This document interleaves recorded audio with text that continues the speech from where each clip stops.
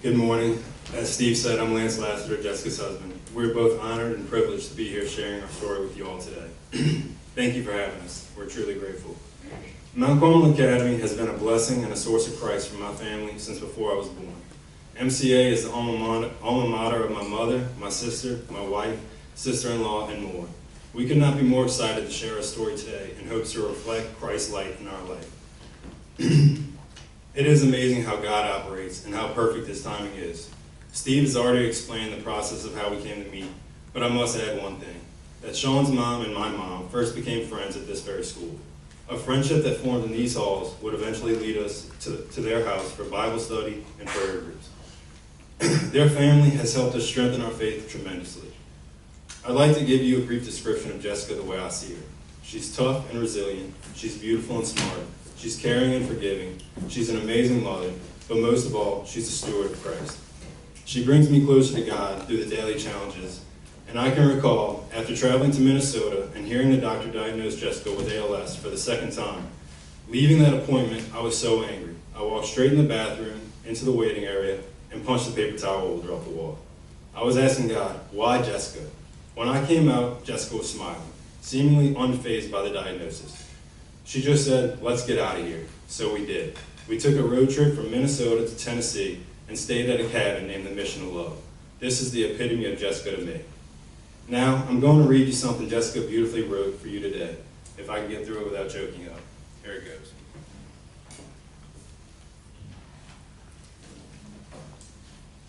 I'll start with my favorite verse from St. Paul to the Corinthians. And now these three remain, faith, hope, and love. But the greatest of these is love. This verse has proved in so many ways to be accurate in my life. 14 years ago, I walked these halls as a senior, excited to embark on the next adventure in my life, receiving my Bachelor's of Science degree at LSU and attending medical school to become a doctor alongside my husband, who had the same plans as me. But clearly, God had different yet beautiful plans for us. In the summer of 2009, before my senior year of high school, I fell for a boy that would turn down 3 football scholarships to attend LSU with me. A boy that would eventually become the wonderful man that I'm married to today. We quickly became inseparable, but both busy, as my role of captain of the rhythm dance team and his as strong safety of Roman's football team. I attended all of his football games, and he attended all of my competitions and performances. We were clearly building a bond that would prove to be a stronghold in our lives, a love that could conquer. In the fall of 2010, not long after the start of our freshman year at LSU, I began having mysterious symptoms right after recovering from a terrible flu-like illness. Symptoms that started as a seemingly harmless muscle twitch in my right shoulder, but by the end of 2011, had become disturbingly disabling, with profound weakness in my right hand. My ability to do undemanding things like start my car had become the task.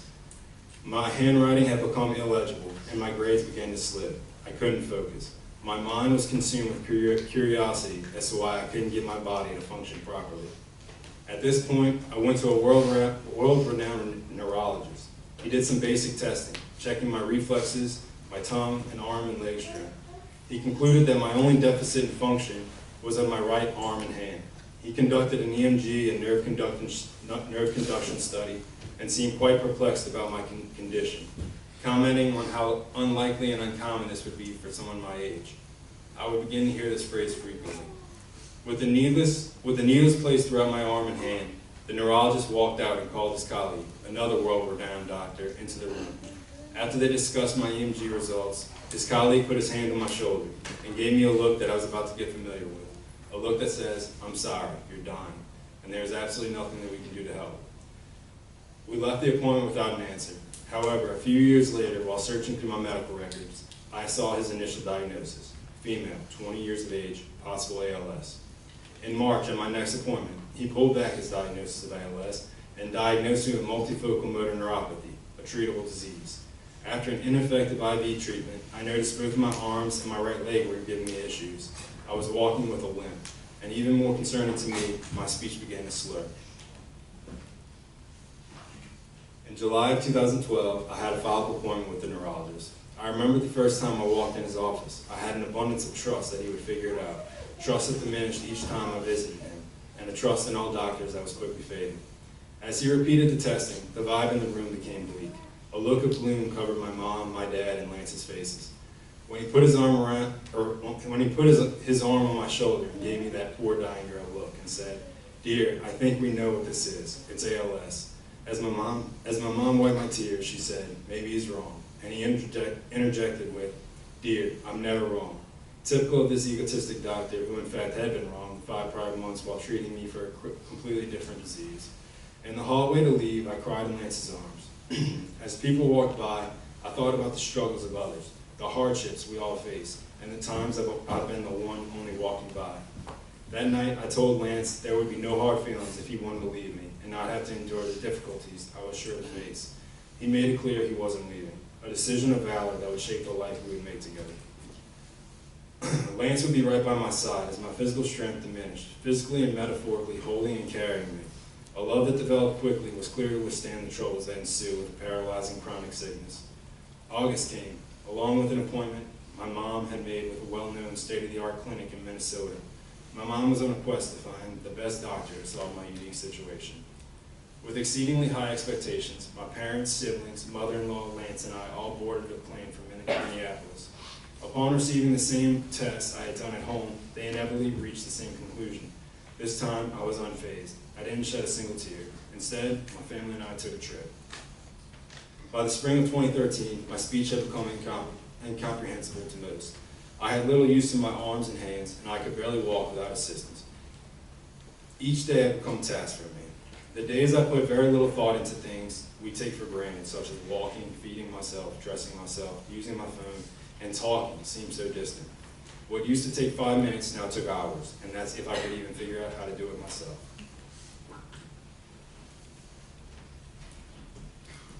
I can't believe I'm saying this, but my former rhythm teammates had a nickname for me. It was Barbie, which worked out perfectly for them when I introduced them to Lance because Barbie had found her Ken. Just as I thought my nickname was fading out, Lance had reinforced it and locked it in. I would forever be Barbie. The comical part is, I am now just like a real-life Barbie. I need people to dress me, do my hair, put on my makeup, paint my nails, and carry me around. As painstaking as it is for me to say, I am more like Barbie now than ever. Well, the wheelchair Barbie, that is. Anyway, back to the story. In May, my family and Lance's family went on vacation to Disney World. We waited in line to have a group picture taken in the Rose Garden. As I was holding Lance's hand, I noticed his palms were sweaty, more sweaty than usual, and he was very quiet.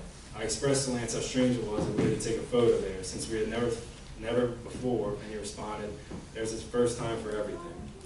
A suspicious group photo in front of the castle was really a disguise for something special, a marriage proposal from the man of my dreams. My illness had interrupted, put on hold, or thrown out so many plans for our future together. But this, our marriage, our love for each other, we weren't going to forfeit. Lance was right, there is a first time for everything. Anytime I'm inclined to feel something is impossible simply because it's never been done before, I remind myself that there is a first time for everything. As I struggled with the loss of my body's capacity to respond to my every whim, my faith grew. I witnessed the faith of Lance and our family flourish. We all shared in the belief that I would get better. A quote from the Broadway musical Wicked: "I'm through accepting limits because someone says they're so. Some things I cannot change, but till I try, I'll never know." While I was outwardly wasting away, inwardly I was becoming stronger. This faith gave me a new tenacity that I never knew was in me, the resolve to defy the opinions of others, including doctors. My condition began to progress dramatically slower, due in part to the elimination of toxins in my life and the holistic approach I had taken on, using herbs and supplements as a means to revoke my disease and using my elliptical as if I was running for my family's lives. Mostly, however, it was my faith in God that halted the progression of my condition, the faith of our family, and the love that God had generously put in my life. At Mount Carmel Academy, one of the privileges of being captain of the rhythm dance team was coming back to judge tryouts for the team. Myself and the co-captains had always looked forward to this event. As tryouts were quickly approaching, and I still wasn't better, I convinced myself that I wouldn't go to spare myself the humiliation I felt being around people who last saw a body capable of pirouettes and high kicks, now disabled and unable to communicate why. Two of my close friends were co-captains, and I decided I would go with them. As I judged, I remember what it felt like to be that young girl trying out for the dance team. I vaguely recall the disappointment I faced when I didn't make the team in my 8th grade year, but I have a vivid recollection of what it felt like working my butt off, stretching and practicing, trying out again and making the team the following year, and becoming captain my senior year. The phrase, "she believed she could, so she did," is relevant. The small adversity that I faced felt much bigger then, and in the scheme of things was hardly comparable to the difficulty I was facing, but I got a nice reminder of what it felt like to overcome. My wonderful naturopath that I had been seeing had recommended a new test available for Lyme disease, since most of the antibody tests were unreliable. This test was a blood culture for the bacteria that causes Lyme disease. I had done the blood culture, and 8 weeks later, in April of 2014, my mom and I got a call from my naturopath saying that the blood culture had come back positive. The company sent a picture of the bacteria that had grown from my blood. It was official. I had Lyme disease, and my mom and I were thrilled, yes, overjoyed. We had an answer, something concrete, something tangible, as to what was wreaking havoc on my body, and contributing to, if not altogether causing, my illness. I began an aggressive herbal and antibiotic protocol with bi-weekly antibiotic shots that left knots the size of tangerines in my hips. But I didn't care. I was inundated with brand new hope, fueled by it, and would graciously take the pain because it put me closer to the health that I used to have. The greatest challenge yet biggest feat we can find in our struggles is the purpose for the pain, the beauty that conspires from it. Our wedding was approaching, and I was in a constant struggle with my emotions. All year, as we planned for the wedding, I didn't plan that I would still be sick for it. I didn't want to make plans that were accommodating to the state that I was in. The long aisle in the church, I'd be able to walk. The cascading staircase to exit the hotel, no problem. I was excited, but let down at the realization that I needed to consider my condition. Our wedding day had come, and after we took pictures, Lance picked me up and carried me down the stairs to the car. I wanted to do it myself, of course, but I couldn't complain. I was blessed to marry a man who was willing and able to carry me in my wedding dress and a tuxedo in the heat of Louisiana summer down a steep staircase. My dad and I arrived at St. Francis of Assisi Church. We nervously waited behind the massive wooden doors to the church. He stood closely to my left, his arm interlocked in mine, as he held my hands with my bouquet. We very slowly started taking steps up the aisle. Lance, who was standing on the altar, began to walk our way. He approached us, and my dad kissed me on the cheek. My dad shook Lance's hand before Lance swept me off my feet and carried me all the way up the aisle. This was not what I'd envisioned. It was better. God, my family, and friends have led me to look at my illness as a gift, allowing me to touch the lives of others, to change lives, to give hope, and to inspire if I let it.